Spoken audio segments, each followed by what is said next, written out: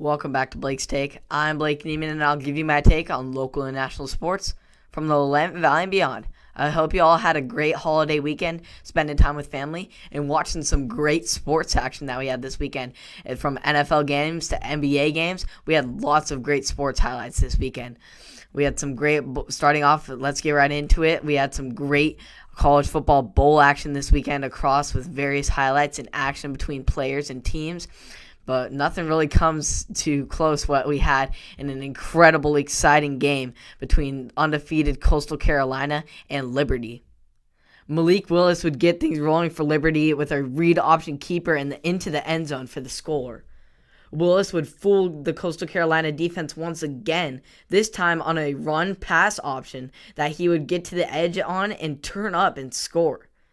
Grayson McCall would finally get things going in for Coastal Carolina by throwing a dime to Isaiah Likely over the middle and into the end zone for the touchdown. Willis would then use the read option once again and get to the outside, running into the end zone for his third straight touchdown of the game. However, McCall would come back with an incredible roll out of the pocket throw to Greg Latusco, who would come down with it into the end zone for the score. Incredible throw and catch right there. Yet Willis would come right back up at the Coastal Carolina defense in the fourth with a juke sweep and dive into the end zone to add another touchdown to his incredible resume of a game. McCall would then say, two can play at this game with an option score of his own, walk into the end zone. Liberty would drive down and kick a key field goal, though, that would make it an 8-point game with just 5 minutes remaining in the game.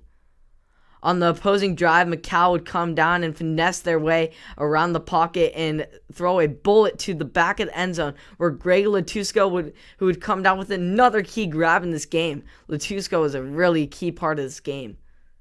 Then on the 2-point conversion, McCall would use the option again and dive into the end zone to tie things up 34 apiece with just 3 minutes to go.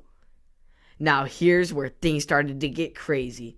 Liberty would drive all the way down to the field after the 2-point conversion and get down in field goal range, trying to run out some clock.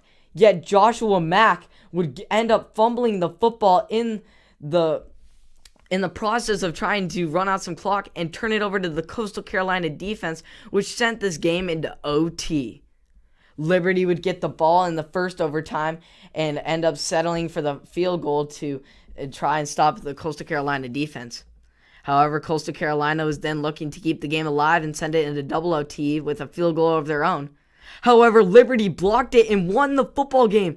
Blocked the field goal and just ended the football game right there. Liberty wins the 37-34 in one of the wilder football games I have seen.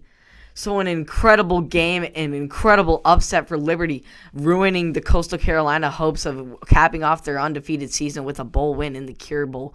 But Liberty gets the win, and props to Willis.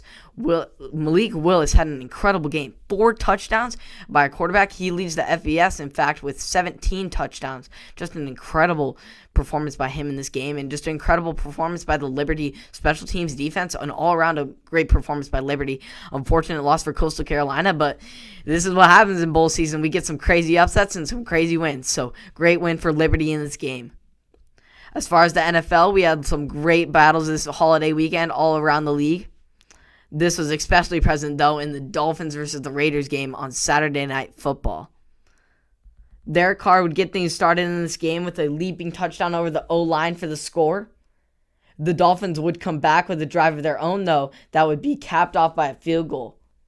In the second quarter, though, it would be a lot of back and forth battling between teams, just battling it out on the gridiron, with each team exchanging a pair of field goals to make it Raiders up 13-6 at half.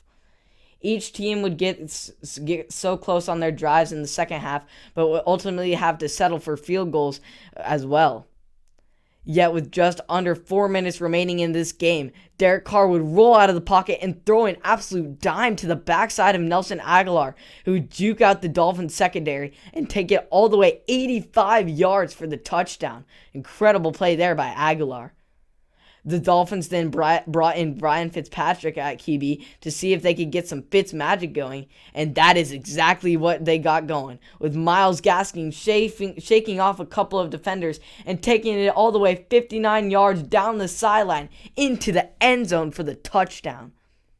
Derek Carr would then heave one up to Nelson Aguilar once again on the next drive, but it would ultimately be incomplete. But due to a pass interference call, the Raiders were able to continue the drive and keep it alive and set up a field goal with just 23 seconds remaining.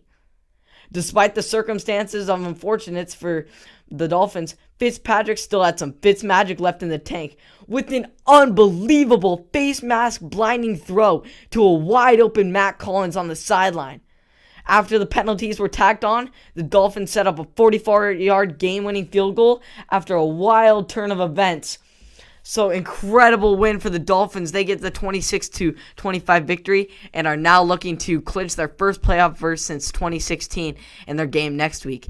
Incredible throw by Fitzpatrick, and we'll honestly see who will get the start next week. Tua and Fitzpatrick both had great performances. Tua struggled late, but these are both great quarterbacks that the Dolphins have, and I think they can use them both to their advantage. So we'll see how it turns out for the Dolphins. As far as the rest of the NFL, the Bears beat the Jaguars. The Texans struggled and fought against the Bengals. The Steelers finally bounced back against the Colts after their 3 straight losses. The Panthers went down to Washington and got the win.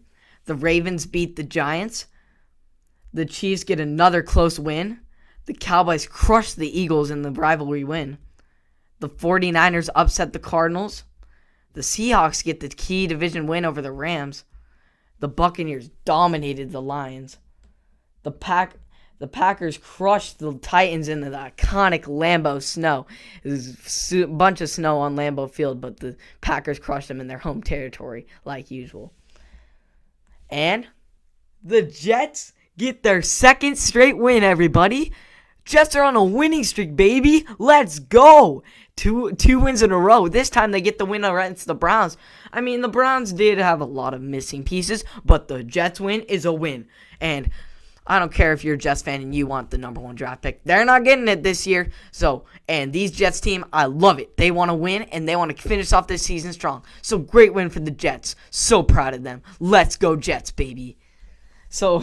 So great action across the NFL this weekend. Always exciting for me to watch all the teams ranking from skill level. And it's always fun for me to see some worse teams get their wins, and especially in the Jets. I love watching them get their wins. And we'll see how the rest of this NFL season, regular season, turns out next week in Week 17, where playoff standings get decided and last chance wild card teams get their hopes up and see if they make it in. So we'll see how it turns out next week as we wrap up the regular season in this incredible NFL season. As far as local sports, we didn't have much anything. It won't have much anything this week. But we do have a plan for what January is going to look like in the new year starting in 2021. We're going to start off January with 2 weeks of winter sports going off of what we've had in the past December and November. And then we're going to go into 2 weeks of spring sports, baseball, softball, you name it, track. And we will go into that. Before we go dive into February, we will have fall sports in the actual season 2 of OSAA sports, where we will finally get into some sort of competition, I think, and we hope, in the sense of fall sports going on. And we will actually start having competition and games against other teams, as so it seems. So we'll see how it turns out in these next month and the next couple of weeks. So we'll see. So thank you for tuning in to another episode of Blake's Take. I like to welcome you to a new week and some new sports action that we come into. And I appreciate all the support on Spotify, Apple Podcasts, and or YouTube. And I will see you all tomorrow. Have a great rest of your day.